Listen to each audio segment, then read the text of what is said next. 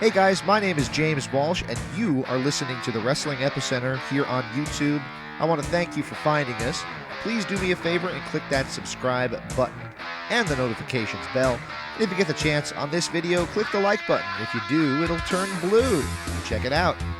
Also, check out WrestlingEpicenter.com for all this great content available in MP3 format, our online store that'll keep us going free and clear, daily news updates, as well as all the information from the history of professional wrestling you could possibly ever want. Check out WrestlingEpicenter.com online right now. Without any delay, let's get to your interview here on the Wrestling Epicenter. Let's get ready for fighting! Whew, that took a lot of energy. This is James Walsh joining you in 2021 as we look back at our classic interview archives. And this one is with Bruce Buffer, who is the voice of the Octagon, the voice of UFC. And this was when UFC was just starting to really become the thing. That was where you wanted to be. At this point, I think I'd be fair in saying that when somebody said the word Buffer, that they probably would picture Michael and the let's get ready to rumble. Now, you might get a mixed bag of results. You might get people who go, fighting, out of the red corner or what have you. Really enjoyed this interview. In fact, I enjoyed it so much, you might notice that his audio clip where he says, the Hour Slam, is part of our intro. It has been for a number of years now. This interview is from 2008. It's, I think, the last thing that Bill Farmer did with us. I don't know what happened here. I'm going through the archives, and Chris Ferguson was the host of Hour Slam Wrestling. Actually, he was the host of 3 Count Wrestling, but then Bill Farmer broke out and didn't want to do the show with Chris or something like that, or Chris quit. I don't know. There's the old drama. Drama that's well under the bridge, down the river and over the hills and through the woods to grandmother's house we go. And with that said, nobody gives a shit. They just want to hear this interview. So let's get to the interview here with Mr. Bruce Buffer from the UFC. And welcome to the Auditory Octagon here on Hour Slam Wrestling. I am very, very pleased to have the voice of the Octagon with me, Bruce Buffer. Bruce, how's it going today? Oh, it's going great. Always a good day when you got a UFC coming up on the weekend. That is excellent. Are you excited for this one? Yeah, I get excited for everyone. Usually, for me, the build-up is when I arrive, get off the plane, because I'm so busy doing so many other things, and when I get there, that's when I really feel it. That is cool. You're going to be in New York, New Jersey on Saturday, correct? Fabulous Newark. For all you listeners out there that live in Newark, it's a wonderful town. For all of you that don't, I can think of other places to go. The stolen car capital of the United States. Right. And I grew up in Philadelphia, so I have a right to say that. Now, UFC has just gone leaps and bounds above what I think a lot of people expected the world of mixed martial arts to do. What do you think is behind the rise in popularity of the sport? The biggest thing about it is that it's tremendously more exciting as a rule than most boxing matches you see as far as the fighting sports go, because I love boxing, and the golden age of boxing, I still watch on ESPN classics. I mean, it's just incredible. But in this day and age, your 18 to 34 demographic caught on with the UFC before and especially after the influx of the Ultimate Fighter series on Spike. We had millions of fans before then, but now people really got into it, being able to watch it on free TV, which fuels everything. And being that the extreme sports have always been attracted to the younger generations, we have a stranglehold on the fan base of the 18 to 34, which every single person selling a product out there wants to sell to. That being said, when their fathers who have been fans and mothers who have been fans watch it, who've not even watched it before, as long as they're fighting fans or boxing fans, there's always a good chance, I'd say 90% of them instantaneously become a fan and want to know more about the sport. So, a lot more excitement. The UFC being the NFL, the Star Wars of mixed martial arts, providing the best entertainment out of anybody. Now, do you think the sport's going to see continued growth, or is it plateauing off? No, it's not plateauing off. It'll still come through. I think the next 5 years is a rocket ship, train moving upwards, and then I think it'll be like everything reaches a certain call it a plateau, call it a cycle height, call it whatever you want, but nothing can go up forever, you know. But it can maintain the popularity forever with proper marketing, and that's what the key factor is here. Personalities of fighters, that people want to know what's happening outside the octagon when they're fighting. So proper promotion, proper marketing, and it seems that Dana White and the Fertittas have been doing a great job with that whole process, and now they got more money than God or anybody else in this business, so marketing those dollars correctly is the best thing they can do. And with the recent departure of Randy Couture, who do you think is going to be able to step in and possibly fill the void that he's left in the heavyweight division? I don't think anybody's ever going to fill the void of Randy Couture, because Randy Couture, the man, not just the fighter, is probably the greatest role model I've ever seen or met, or proud to call my friend in the sport of mixed martial arts. There's never going to be another Randy Couture, in my opinion. As far as a fighter coming in and dominating, I think the heavyweight division is wide open. I think the light heavyweight and the middleweight divisions and the lightweight divisions just have an amazingly deep bench plethora of talent. The heavyweight division's got guys that have to come in and prove themselves, and that's prove themselves again, whether it's a Tim Sylvia or Andrei Arlovsky. You know, it's open feeding ground now for the sharks to come in and see who the big shark's going to be. So that should create a lot of excitement. Well, I can't pinpoint one individual, though. And I'm not going to say it's Fedor, because Fedor's going to fight in an organization, from what I understand, called the M1, that I don't think is going to do anything here, just like Pride didn't do anything here. And Fedor, with all respect for Fedor being, you know, a great fighter himself, does not have the personality and the ambiance of everything happening around him that Randy Couture does to command that kind of interest. And when he was on Bodog, it didn't increase the ratings. I mean, to my knowledge, it didn't bring flies to the pile. So what does that mean? Maybe Nobody knows what happens. around. Exactly. I wholeheartedly agree with you about that. Now, speaking of the heavyweight division, we got Brock Lesnar coming in, debuting in February. Do you know anything about Brock? All I know about Brock is that he's one big mofo. I met him at the last show. This guy is huge. He's big. I also know he's got a weird tattoo that I hope somehow I can get rid of. But outside of that, you know, Brock is an NCAA, if I'm not mistaken, you know, quality wrestler. Big guy, tough guy. Depending on the training he's receiving, his ability to strike, not just wrestle, and to handle all that's going to come at him, he could be an extremely dominating factor. I just hope that his dominance is based on exciting fights and not just taking him to the ground and just overpowering him to the point that the fights are not quite as exciting as they should be. As the voice of the Octagon, whose name has given you the most difficulty? Let me think for 1 second.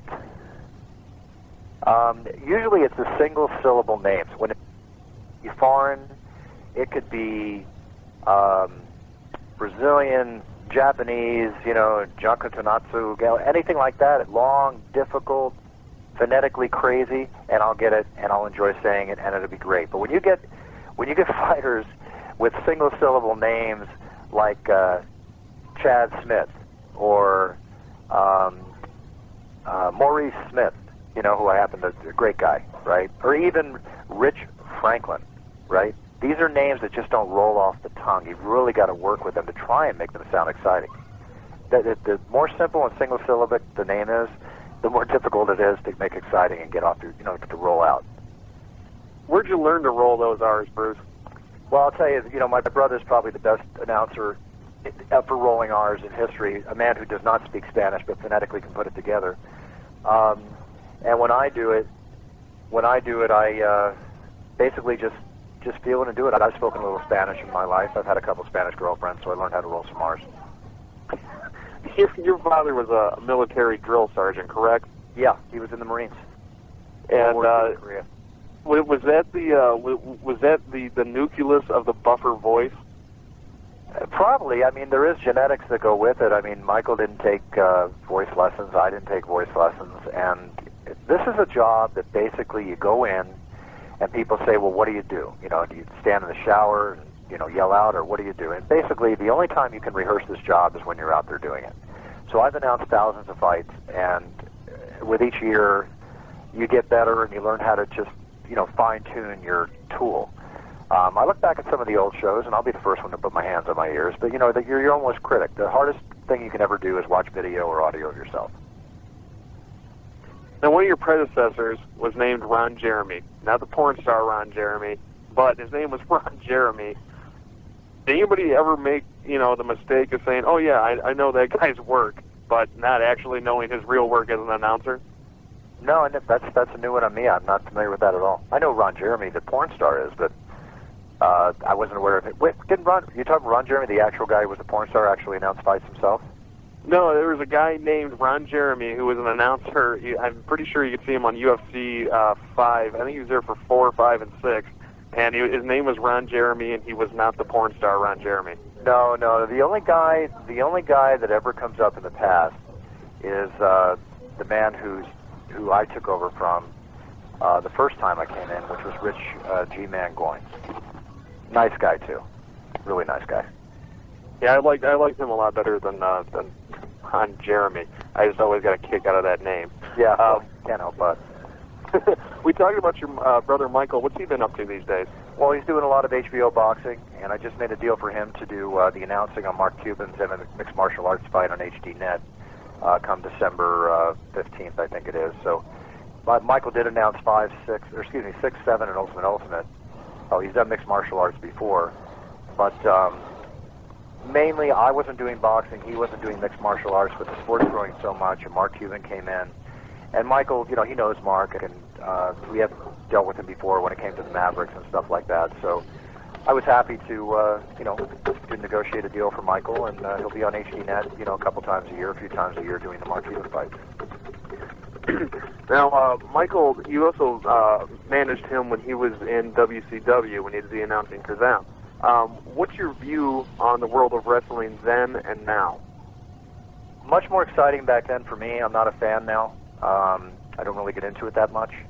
The personalities are not the same. But then again, I don't watch NBA anymore because I think the personalities have a lot to be desired. I don't like spoiled athletes like Kobe Bryant. I like Shaq. I like the Michael Jordans of this world and the Magic Johnsons. But back in the heyday, back in the time when WCW was around, and I negotiated a deal for Michael there, it was a lot of fun. It was a lot of fun to go to the events, Hulk Hogan and Macho Man Savage and Sting back in his heyday and all these guys. I mean, how could you not have fun? It was great. It was a real show, and they might not be fighting for real, but they do get hurt for real, and I have a lot of respect for wrestlers. You mentioned Kobe Bryant and athletes of that nature. Do you think it's an epidemic we're going through, not only in the world of sports entertainment, but the actual world of sports, where the athletes we have are much more selfish and they're not actually role models you can look up to? Is that a growing epidemic, or do you think it's just isolated incidences? I think it's a growing epidemic because it's another case of the decaying morality in this country. And it's not like I'm old-fashioned, but I am old-fashioned in respect to the fact that I respect people, I treat people the way I want to be treated. You can always say thank you, you can always return a phone call, you can always sign an autograph if you're a celebrity, and you can always give something back in the way of charity of some sort for all the good graces that you're receiving. And I see a lot of selfishness out there, and one of the biggest problems is you have young people coming in, earning gazillions of dollars, that don't even have training to round out their personalities yet, and it's a me, me, me affair. And I don't care if it's, some wasted piece of horse flesh like Paris Hilton, or somebody like Kobe Bryant who, has the ability to give. I, to this day, have not seen this man do a charity. Now, maybe I'm not reading the papers. I don't understand it. Michael Jordan, sure, he loved to gamble hundreds of thousands of millions of dollars on the golf course or whatever he liked to do. That's his right. That's my right to play poker for tens of thousands of dollars or whatever I want to do. Bottom line is, Michael Jordan was always there giving back and giving a performance as a team player. You're on a team sport, you're a team player. You're in the octagon fighting, it's one-on-one. You picked it, you play it. Speaking of poker, you're heavily involved in that, in online poker and things like that. Can you tell us about what you do with the poker world? Well, I'm a semi-professional poker player. When I say semi, it's because I just don't have the time to cut out to be a professional poker player. And walking into a poker room, and with all respect to all the players, I don't see a lot of athletes in the room, and it scares me that I might wind up looking like that if I play full-time, so I play semi. So give me time to work out. So then I love poker. Poker, I've written articles on the similarities of fighting and poker, which you can find that article at rumblepoker.com, which is my website for playing poker. You can play for free and do whatever you like there. I'm also a pro at fulltilt.com, and if you join Full Tilt, you can just use my name Buffer in your referral code, and you'll become part of the Buffer crew. You can email me, and I'll get you like a percentage rate back of your play. But online, the chances of making money, you can make really good money online, and in person you can make really good money. You can Google me and you can see the results of tournaments I've won this year. But I know people that make full-time incomes, part-time incomes. I know people that make millions of dollars, and I know people that make hundreds of thousands, and I know people that have lost all of the above. So it's all about how you run the sport. I have a hard time calling it a sport. It's all about how you run the game. ESPN calls it a sport. I kind of disagree, but that's okay. Thank you. Finally, somebody agrees with me on that, because it bothers me when I see poker on like Fox Sportsnet or ESPN. I don't lose any calories playing poker. Yeah, I was about to say, that's not really a strenuous game to play. It's a cool game. You know, it's good. I like poker, but at the same time, when I'm playing poker, I don't call myself an athlete, because usually I'm drinking some beer and eating some pretzels, you know. It is actually very strenuous, but from the standpoint of mental. It's a very mentally strenuous game, and since I don't, bang around or, spar or fight as a kickboxer or anything anymore, all the martial arts I've done in my life, and even calm down my surfing from 10-foot plus waves to, waves that give me a good time, yet still can be a little hazardous at the same time. It gives me that feeling of adrenaline rush, when I'm winning a tournament or when I've knocked out or been in the process of helping knock out 500 players, get down to that final table of 10. It is a great feeling. It's a bit of a mentally orgasmic feeling, and you want to get that kind of return, that kind of high from anything you do as a hobby or a sport. Did you ever think about being a fighter? Oh, I thought about it a lot when I was younger. Absolutely. There was no money in kickboxing, so I never pursued it. I pursued it, but I never went into the professional realm. I mean, I owned two businesses at the time that I was actively doing a lot of kickboxing, and the personal ego need of getting out there and doing it was always the case with me. It was never about the money, because there was no money, in my opinion. Now, everybody has their own definition of what a rock star is. Do you think you're living a rock star life right now? Do you feel that way sometimes when you get out there and grab the mic and start announcing? Yeah, there's no question. When you're in the perfect arena and you've got a lot of people around you, whether it's 15, 20,000, I've announced in front of as many as 40 to 50,000 people at one event. Not a UFC, but a Japanese event. The K1, actually. And then you do get that feeling, but I'm 50. I've been through a lot in life, and I don't get egotistical out. I enjoy the moment. And what I do is I have these amazing experiences, which is like walking in a phone booth and walking out in the uniform, doing the shot, living the life, and then walking back in the phone booth and going back to my life. I live in L.A. I live in the land of, Hollywood and the whole 9 yards. I live at the beach because I work in that world and I want to stay as far away from it as possible. I know you're very limited on time here, so I'm going to start wrapping this up. One of my final questions is, when somebody starts talking about UFC, is there a moment that pops out in your mind as one of the most amazing things you've ever seen, or is there a lot of moments that have done that for you? There's too many to remember, and whenever I try and focus on one, I always think about Randy Couture, because when he beat Tim Sylvia, there's a moment. When he beat Chuck Liddell, there's a moment. When he spanked Tito Ortiz, there's a moment. It's just, Randy just had a lot of moments. And then there's other great fights. I can think back to a lot of great fights, a lot of great moments, but I think one of the biggest moments ever was those Super Bowl weekend shows. The whole Vegas arena, it's just an amazing experience when you're doing a Vegas show. And the big shows that have happened there, even the Ken Shamrock Tito Ortiz fight, it was so huge at that time. That's one of the most memorable moments. I mean, the sound waves coming into the octagon when I was announcing were actually waving the cards in my hand. That's how I was getting hit from 4 different sides of sound waves. It was just unbelievable. Wow. That is unbelievable. I can't even think of anything like that. Yeah, wow. Kind of threw me off track there for a second, man. That's intense. How do you think Chuck's going to do against Wanderlei Silva in December? Because unfortunately he's lost his last 2 fights. You think he might be missing a step from when he was younger, or you think he's going to come back?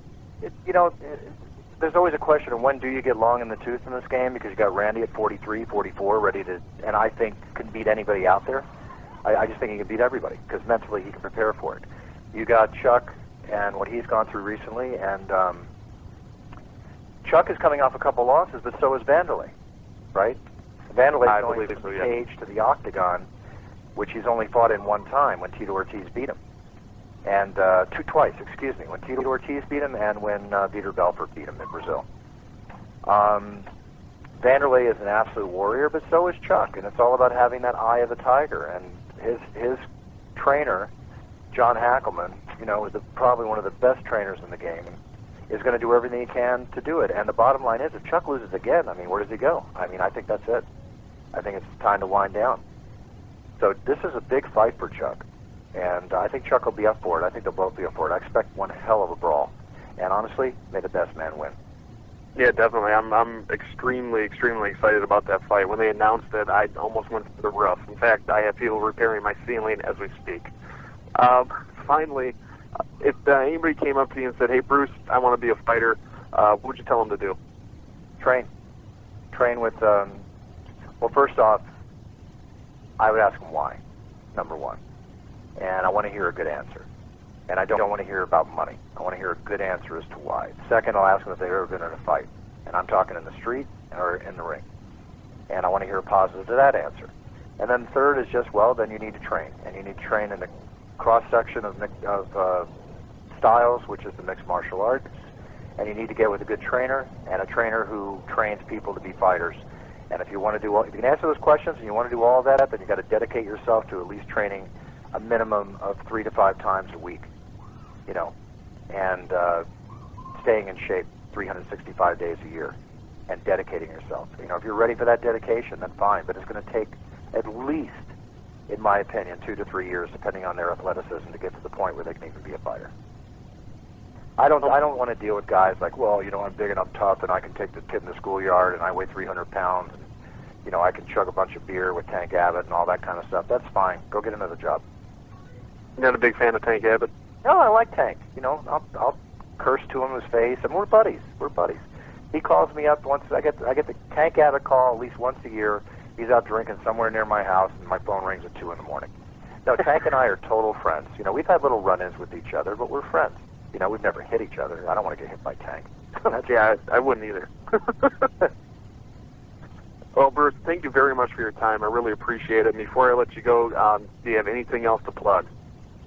Yeah, basically, for those people out there that would like to play poker with me, if you're not a member of Full Tilt, then go to Full Tilt and put in my name, Buffer, as your referral, and I'll be happy to work out a rake back for you if you email me, and you can play at my table. I have a table there under my name, Bruce Space Buffer. Or you can go over to rumblepoker.com, and you can play me there. So mainly that's it. I just want to thank everybody for being fans of the sport, and that's what we're all here for, and thanks for all the support, most definitely. And thank you guys. I appreciate it. Thank you very much, Bruce. I appreciate it. And ladies and gentlemen, the door is now closed on the Auditory Octagon. Thank you for listening. All right, Bruce. Hey, man, that was an awesome interview. Thanks a lot, buddy. Oh, it's my pleasure. My pleasure. I really appreciate that. Do you have a quick minute to throw that drop on there, or should I call you some... No. Let's get everything done now. What was it exactly that you want me to say? I had it here. The one that I liked, actually, I had a conference with my buddies about this one, and this seemed to be the favorite one. It's actually the one I prefer too, was this is Bruce Buffer, and Bill Farmer just hit you with the Hour Slam. And Bill Farmer just hit you with the Hour Slam or Hours Slam? Hour Slam, HSW. That's the abbreviation of the show, but yeah, Hour Slam, HOUR.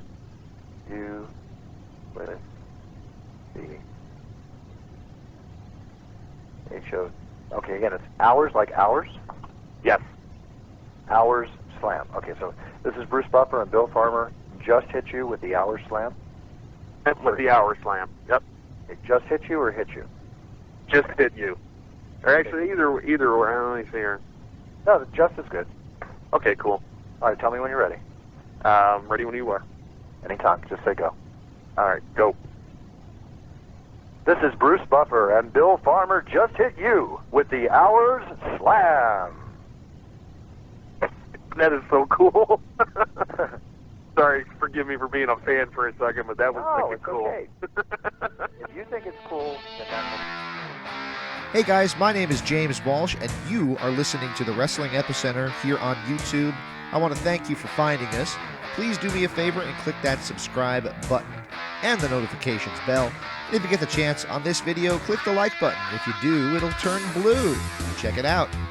Also, check out WrestlingEpicenter.com for all this great content available in MP3 format, our online store that'll keep us going free and clear, daily news updates, as well as all the information from the history of professional wrestling you could possibly ever want.